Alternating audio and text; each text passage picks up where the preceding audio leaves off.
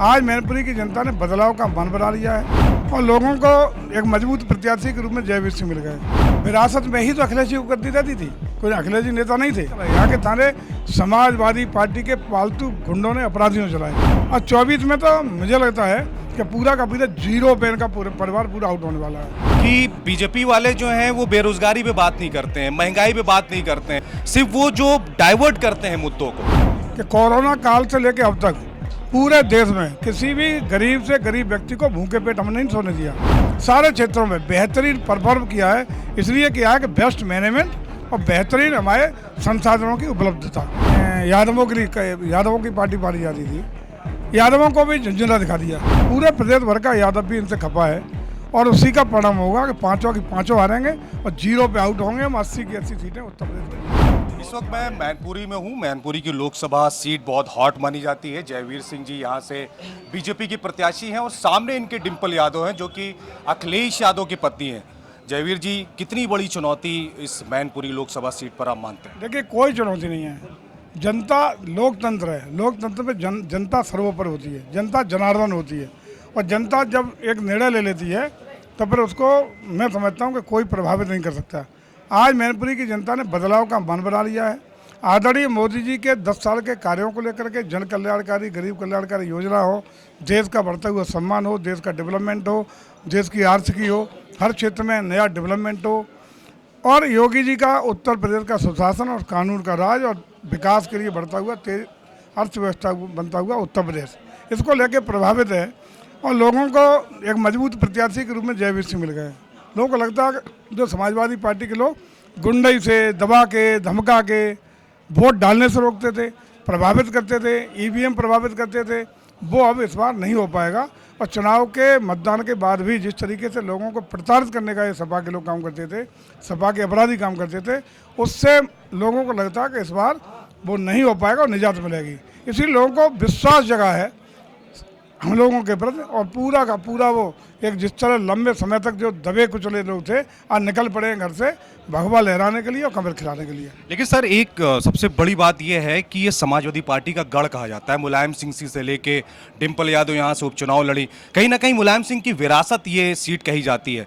तो एक तरफ मोदी की गारंटी है और एक तरफ मुलायम सिंह की विरासत है। क्या लगता है कि दोनों में किसकी जीत होने वाली? देखिए, एक चीज़ साफ समझ लीजिए आप, विरासत में ही तो अखिलेश जी को गद्दी रहती थी, कोई अखिलेश जी नेता नहीं थे। पुत्र के नाते विरासत में 2012 में उत्तर प्रदेश का मुख्यमंत्री बना के अपनी गद्दी सौंपने का काम किया। उसके बाद तो खुद इनके ऊपर डिपेंड था। लोगों को बड़ा उम्मीद थी कि नया लड़का है, पढ़ा लिखा लड़का है, कि प्रदेश को कुछ नया मिलेगा, अच्छा मिलेगा। लेकिन ठीक उल्टा हुआ।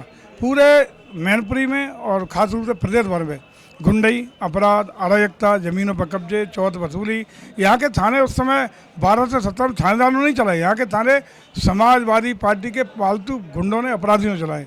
यहाँ अगर 5 गाड़ी निकलती थी 15 राइफल दिखाई पड़ती थी। इतना भय का वातावरण बना रखा था कि गरीब आदमी की चाहे जिसके यहाँ गाड़ी खड़ी की ज़मीन पर कब्जा कर लिया। उससे योगी जी की सरकार आई, निजात मिली।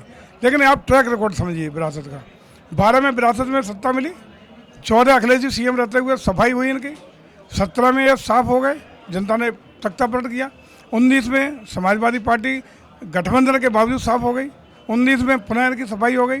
बुआ बबुआ का भी गठबंधन हो गया और बुआ भतीजी का भी हो गया और 2 नए नौजवानों का भी हो गया। लेकिन उसके बावजूद कोई कामयाबी नहीं मिली। 22 फिर लड़े, 22 में भी सफाया हुआ और 24 में तो मुझे लगता है कि पूरा का पूरा जीरो पेन का पूरा परिवार पूरा आउट होने वाला है। देखिए जयवीर जी, आप लोग तो कई गढ़ इनके ढा चुके हैं, आजमगढ़ हो गया, बदायूं हो गया, तो इस बार क्या मैनपुरी गढ़ भी ढाने जा रहे हैं? आप ढा चुके हैं। मैनपुरी विधानसभा भी मैंने ढाया है, ये भी गढ़ था। मैनपुरी विधानसभा भी ढाया और यही सब मैं नहीं ढाऊंगा, यही सब खड़े हुए हमारे कार्यकर्ता इस लोकसभा के गढ़ को भी ढाने का काम कर रहे हैं। लेकिन सर, एक सवाल ये भी है कि अखिलेश यादव अपने मंचों से ये लगातार कहते हुए नजर आ रहे हैं कि बीजेपी वाले जो हैं वो बेरोजगारी पे बात नहीं करते हैं, महंगाई पे बात नहीं करते हैं, पेपर लीक पे बात नहीं करते हैं, सिर्फ वो जो डाइवर्ट करते हैं मुद्दों को और जो मुद्दे जनता से सीधे उनका सरोकार नहीं, उन मुद्दों को जो है जनता के बीच में रखते हैं। जनता को सरोकार का मुद्दा ये है कि कोरोना काल से लेकर अब तक पूरे देश में किसी भी गरीब से गरीब व्यक्ति को भूखे पेट हमने नहीं सोने दिया। एक बार नहीं, 2-2 बार फ्री राशन देने का काम हमारी सरकारों ने किया है।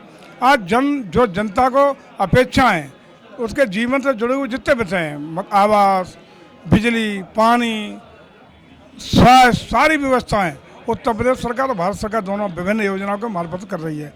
ये तभी हो रहा है जब देश की आर्थिकी बढ़ी है। जब पैसा घर में होगा तभी खर्च होगा। आज हम लोग 5वीं अर्थव्यवस्था भी बने हैं। अर्थव्यवस्था के साथ साथ हमारे खजाने में इतना पैसा आया है कि हम ये जन कल्याण के कार्यक्रम कर पा रहे हैं। और दूसरी ओर अकेले जन कल्याण कार्यक्रम के साथ साथ चाहे डिफेंस का क्षेत्र हो, अन्य जितने भी मजबूत सेक्टर हो, हमारे इंफ्रास्ट्रक्चर डेवलपमेंट का हो, हमारा ट्रेन डेवलपमेंट हो, रोड कनेक्टिविटी हो, एयर कनेक्टिविटी हो, सारे क्षेत्रों में बेहतरीन परफॉर्म किया है। इसलिए किया है कि बेस्ट मैनेजमेंट और बेहतरीन हमारे संसाधनों की उपलब्धता, यही तो हमारा एक नया एक प्रयोग जो मोदी जी के ज़माने में हुआ है, उसको मुझे लगता है कि देश पूरा अप्रिशिएट कर रहा है, विश्व अप्रिशिएट कर रहा है और इसी कारण पूरे वैश्विक लीडर मोदी जी बन गए। सर आखिरी सवाल है आपसे, लगी हुई सीट एक कन्नौज भी है, उससे खुद अखिलेश यादव है, आपकी सीट से उनकी पत्नी डिम्पल यादव, दोनों सीट का हाल बता दीजिए संक्षेप। देखिए, मैंने एक अभी आपको कहा, उत्तर प्रदेश में जो इन्होंने अपने यादवों की पार्टी पारी जाती थी, यादवों को भी झुंझुना दिखा दिया। सारी 5 सीटें ने यादवों को दी, 5 अपने परिवार में कर दी, किसी यादव को नहीं दिया। पूरे प्रदेश भर का यादव भी इनसे खपा है और उसी का परिणाम होगा कि 5 की 5 हारेंगे और 0 पे आउट होंगे। हम 80 की 80 सीटें उत्तर प्रदेश में जीतने जा रहे हैं। बहुत बहुत शुक्रिया। ये थे जयवीर सिंह जो कि मैनपुरी लोकसभा सीट से भाजपा के प्रत्याशी है। उनका साफ कहना है कि मैनपुरी जो लोकसभा सीट है, इस बार डिम्पल यादव को हम हराएंगे और जिस तरह से अराजकता के माहौल में समाजवादी पार्टी ये सीट जीती थी, वो अब माहौल नहीं है।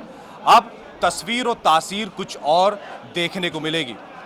कैमरा पर्सन आयुष के साथ मुजाहिद जैदी, द लीडर हिंदी, मैनपुरी।